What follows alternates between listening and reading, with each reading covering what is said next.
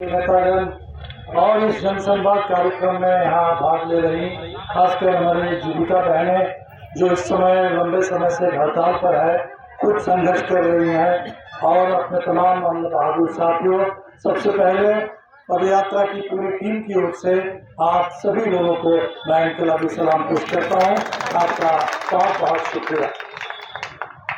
16 तारीख से हम लोग निकले हैं, आज 5वां दिन है। नवादा से चलकर गया टेकारी के बाद आप धीरे धीरे अरवल जहानाबाद की ओर बढ़ेंगे और 26 तारीख तक पटना पहुंचेंगे।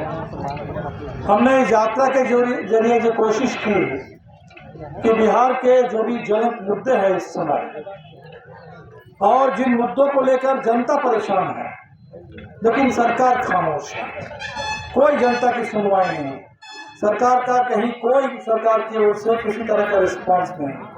हम उन मुद्दों को लेकर के यात्रा कर रहे हैं। हमारी कोशिश है कि हम एक दूसरे की बात को थोड़ा समझें। जब कृष्णनगर से हमने शुरू किया तो हमने देखा कि दलितों के घर जला दिए गए। 60 साल से 80 घर लोग बसे हुए थे 15 एकड़ जमीन पर और उनके घर जला दिए गए पिछले 18 सितंबर को। हमने लोगों से पूछा कि मामला क्या है। उन्होंने कहा कि बीच बीच में ऐसे हमले हो रहे हैं ताकि हम लोग यहाँ से भाग जाए और ये जमीन कब्जा हो जाए, गरीबों को बेदखल करने की साजिश। तो हमें बात समझ में आई। ये जो भूमि सर्वे चल रहा है, तो नीतीश बाबू कहते हैं कि 2025 के 25 जुलाई तक हमें भूमि सर्वे खत्म करना है और भूमि सर्वे से हम बिहार के सारे भूमि विवाद खत्म कर देंगे। तो भूमि विवाद, पुराने विवाद क्या खत्म करेंगे, नए सिरे से महाविवाद उन्होंने पैदा कर दिया। और बिहार के गरीबों के लिए अभी तो आगे आगे सर्वे है, सर्वे के पीछे पीछे आप बेदखली का बुलडोजर आने वाला है और इसीलिए हम लोगों ने कहा कि सर्वे पर रोक लगाओ। पहले गरीब जहाँ बसे हुए हैं उस जमीन का कागज दो, पर्चा दो और फिर आगे सर्वे कराओ। हमने देखा कि बिहार में स्मार्ट मीटर को लेकर के बेहद परेशान है लोग। स्मार्ट मीटर, विधानसभा में हमारे एक विधायक ने ये सवाल उठाया था, पालीगंज के हमारे नौजवान नेता संदीप सौरभ, कहा था कि नीतीश जी ये जो सर्वेक्षण हुआ तो बिहार में पता चला कि इतनी महागरीबी है, तो जहाँ 6000 से कम आमदनी पर लोग किसी तरह गुजारा कर रहे हैं और ऊपर से मोदी जी 1000 रुपये का गैस और आप अगर 1000 रुपये का बिजली बिल भी ठोक देंगे, ये गरीब जाएगा कहाँ। और इसीलिए जैसे दिल्ली में, जैसे पंजाब में गरीबों को 200 यूनिट बिजली फ्री मिलती है, तो बिहार में भी 200 यूनिट बिजली फ्री मिलेगी। नीतीश जी ने कहा कि बिल्कुल नहीं, हम किसी को कोई फ्री नहीं देंगे, हम कंपनी वालों को सब्सिडी देंगे। तो कंपनी वालों को सब्सिडी दे रहे हैं, लेकिन जनता का क्या, गरीबों का क्या। स्मार्ट मीटर आ गया है और लोग कह रहे हैं कि स्मार्ट मीटर जो है ये खून चूसने का जरिया है, खून चूसने वाला औजार है। और जो पहले 1 महीने का बिल होता था वो अब 7 दिन में 10 दिन में वो पैसा कट रहा है। तो हमने इसीलिए कहा स्मार्ट मीटर पर रोक लगे और 200 यूनिट बिजली बिहार के गरीबों को, बिहार के किसानों को फ्री में मिले। इस मांग को लेकर के हम लोग यात्रा में निकले। जो हमारी जीविका बहनें हड़ताल पर है, बिहार में लंबे समय से हम देख रहे हैं हमारी रसोईया बहनें आंदोलन कर रही हैं। अभी रास्ते में भी बहुत सारे महिलाओं ने ज्ञापन दिया कि बताइए 1650 रुपये महीने में, सिर्फ 1650 रुपये, वो भी साल में 12 महीने नहीं 10 महीने। और महंगाई देख लीजिए कहाँ है। तो 1650 रुपये यानी रोजाना करीब 50 रुपये तक दिन भर खटना है, बच्चों को खिलाना है, क्योंकि अपने बच्चे घर में खा नहीं पाएंगे, स्कूल में बच्चों को खिलाना है, 50 रुपये लेकर के। लंबे समय से उनकी लड़ाई चल रही है कि भाई हमें मानदेय ठीक से दिया जाए, सरकारी काम हम कर रहे हैं, सरकारी कर्मी का दर्जा मिले, कोई सुनवाई नहीं है। हमारी आशा बहनें जो कोरोना काल में जान की बाजी लगाकर जिन्होंने बिहार के लोगों की सेवा की, और कुछ महिलाएं आशा बहनें उसमें उनको कीमत भी चुकानी पड़ी, उनकी जान भी गई इसमें। जब बीच में नीतीश जी हमारे साथ थे तो एक करार हुआ कि 2500 रुपये का महीने में मिलेगा, कोई कुछ नहीं। लेकिन जैसे ही नीतीश जी भाजपा के साथ चले गए और उस करार से भी मुकर गए, वो 2,500 रुपए का समझौता हुआ, लिखित समझौता हुआ, बावजूद इसके 1 पैसा भी नहीं बढ़ा आशा बहनों का। लेकिन नीतीश जी कहते थे कि भाई हमें तो आशा की बात नहीं सुननी, आंगनबाड़ी को भी बंद करने वाले थे, लड़ करके लोगों ने उसको चालू रखा, रसोईया की बात भी नहीं।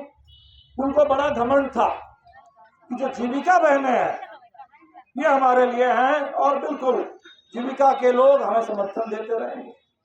ठीक है, लोग दे रहे हैं, अपनी अपनी पसंद है लोगों की। लेकिन अब जीविका बहनों के साथ भी जो हुआ है, जब हमने सुना कि थोड़ा बहुत जो पैसा सरकार देती थी, सरकार करेगा वो हम कुछ नहीं देंगे, आप जाकर के समूह के बहनों से, महिलाओं से पूछिए, और समूह के बहनों से पूछिए, महिलाओं से पूछिए। वो करीब सुनते हैं कि बिहार में 1.5 करोड़ के आसपास महिलाएं हैं, वो जो पैसा जमा करके उनको क्या मिलता है, तो ऊपर से आप उनसे ले लीजिएगा। तो ये जीविका बहनें जो काम कर रही हैं लाइवलीहुड मिशन की, ये तो सरकारी काम है। तो सरकारी काम के लिए सरकारी कर्मी का दर्जा मिलेगा, सरकारी काम के लिए सरकार से ऊंची वेतन मिलेगा, यही तो सरकार का काम है। अगर सरकार ये काम नहीं करेगी तो सरकार किस बात के लिए है? तो यहाँ सरकार के अडानी अंबानी के लिए है, लुटेरों के लिए है, शराब माफिया के लिए सरकार चल रही है। क्या शराब बंदी हो रखी है बिहार में, और बिहार की महिलाएं इसलिए बहुत खुश है कि बिहार में शराब बंदी है। शराब बंदी है, 60-60, 70-70 लोग जहरीली शराब से मर गए, कितने लोगों की आंख की रोशनी चली गई, लीवर किडनी हमेशा के लिए खराब हो गया। आए दिन आपको छपरा से, सिवान से, गोपालगंज से ऐसी खबर मिलेगी। क्या आज तक हमने सुना एक शराब माफिया को नीतीश जी ने जेल में डाला है? ये जो लोग जहरीली शराब का पूरा कारोबार चला रहे हैं, उसके पीछे कौन है? सरकारी संरक्षण के बगैर तो नहीं चल रहा है। आज तक दोषियों को सजा नहीं मिलती, जान जाती है वो भी गरीब की, और जेल जाना पड़ता है शराबबंदी कानून के नाम पर, वो भी गरीबों को वर्षों से जेल में बंद पड़ेगी। हम ये चाहते हैं इन मुद्दों पर, ये जो पीड़ा है बिहार की, ये हम सबकी साझी पीड़ा है।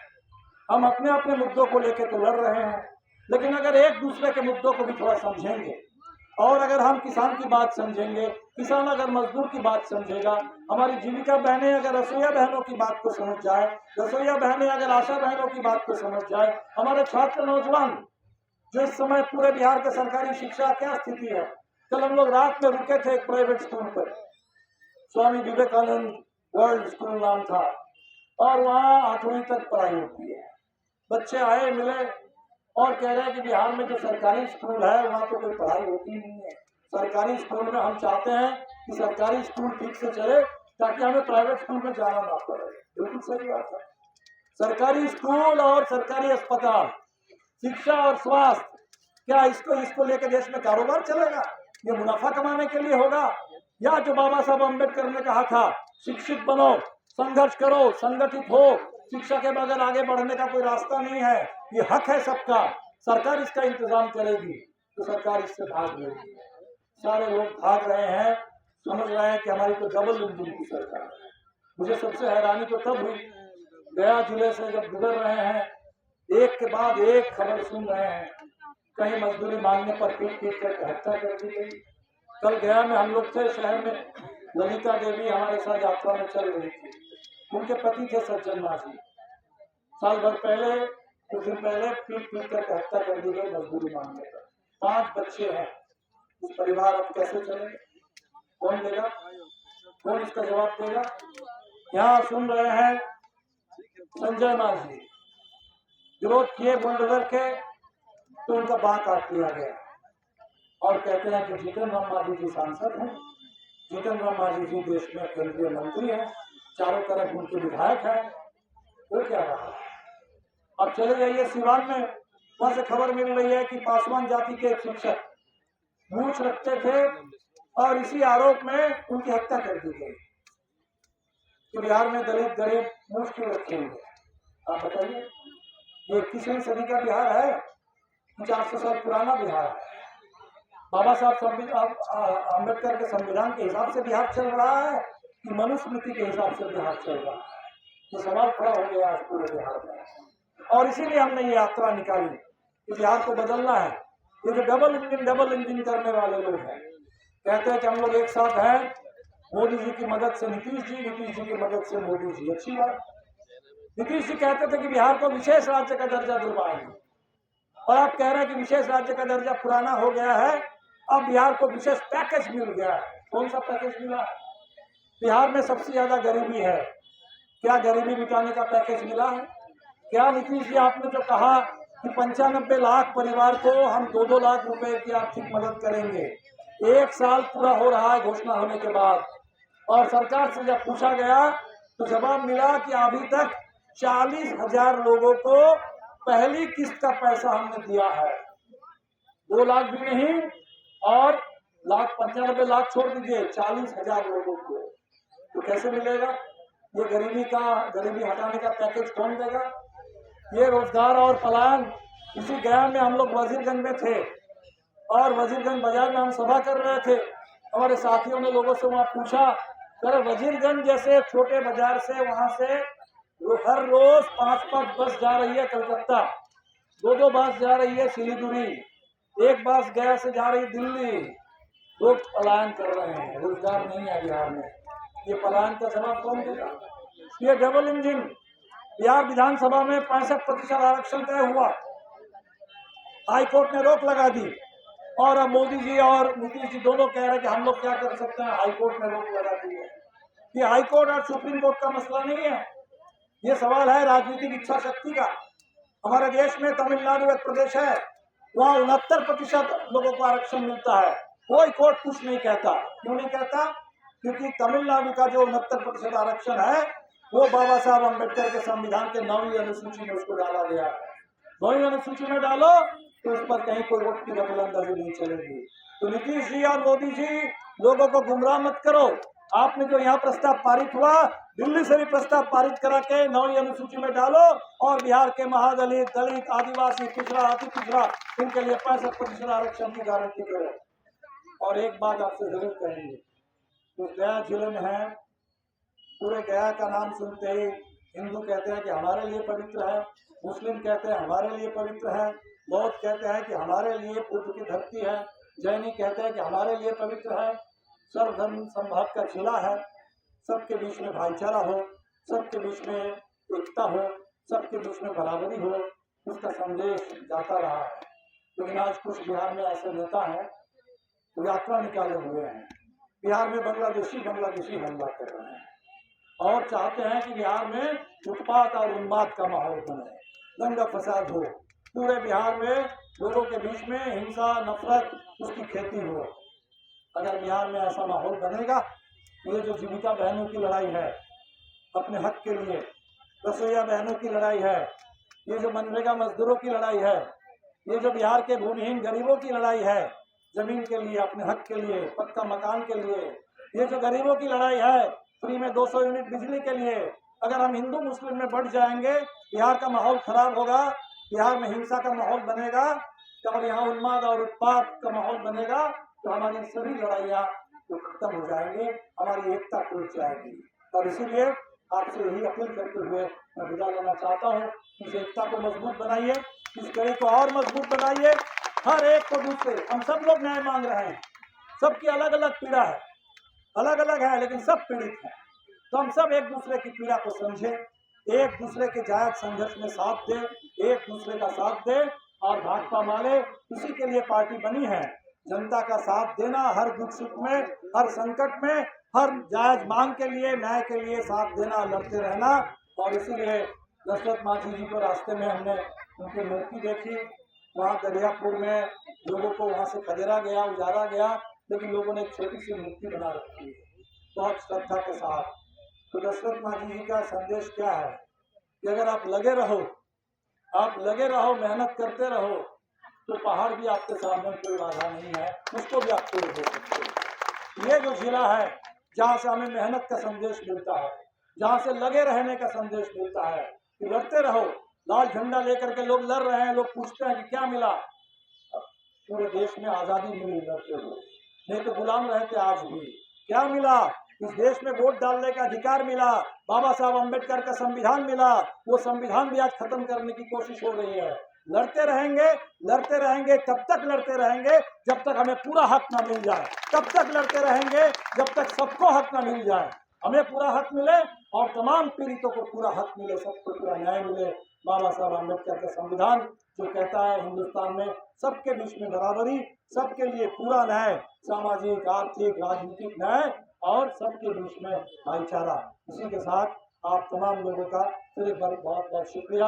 आपने हमारे अंदर जोश भर दिया, आपने ऊर्जा भरने का काम किया।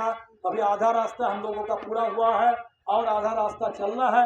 ऊर्जा की बहुत सख्त जरूरत थी, आप लोगों से ऊर्जा लेकर के, आपसे ताकत लेकर के हम लोग आगे बढ़ेंगे। हाँ, आपसे एक अपील जरूर करेंगे, जैसे आज हम आपके बीच में आए हैं, 27 तारीख को पटना मिलर स्कूल मैदान में एक सम्मेलन हो रहा है, बदलो बिहार न्याय सम्मेलन। क्योंकि ये यात्रा, आप एक यात्रा देख रहे हैं, लेकिन ऐसे बिहार के हर कोने में यात्रा निकली हुई है। चंपारण के इलाके में भी भिखिहरवा से लेकर के मुजफ्फरपुर तक यूरोप मंडल की यात्रा है, प्रमंडल की, बेनीपट्टी से विभूतिपुर तक मिथिला की यात्रा है, कटिया से लेकर के छपरा तक सारण प्रमंडल की यात्रा है, और जहाँ प्रमंडलीय स्तर पर यात्रा नहीं है, यहाँ पे नगर की यात्रा है, वहाँ भी जिला स्तर पर यात्रा चल रही है। सभी यात्राओं का समागम, सभी का समापन पटना में होगा 27 तारीख को मिलर स्कूल मैदान में। बदलो बिहार न्याय सम्मेलन आपको आमंत्रण दे रहे हैं, आप जरूर वहां आए और पूरे बिहार के गरीब, पूरे बिहार के लड़ने वाले लोग, हर मुद्दे पर लड़ने वाले लोग अगर एकजुट हो जाए और मिलकर के ये तय कर ले कि बिहार को हम बदल करके रहेंगे, पूरा हक ले करके रहेंगे, तो मुझे नहीं लगता कि आपको कोई रोक पाएगा। बहुत बहुत शुक्रिया।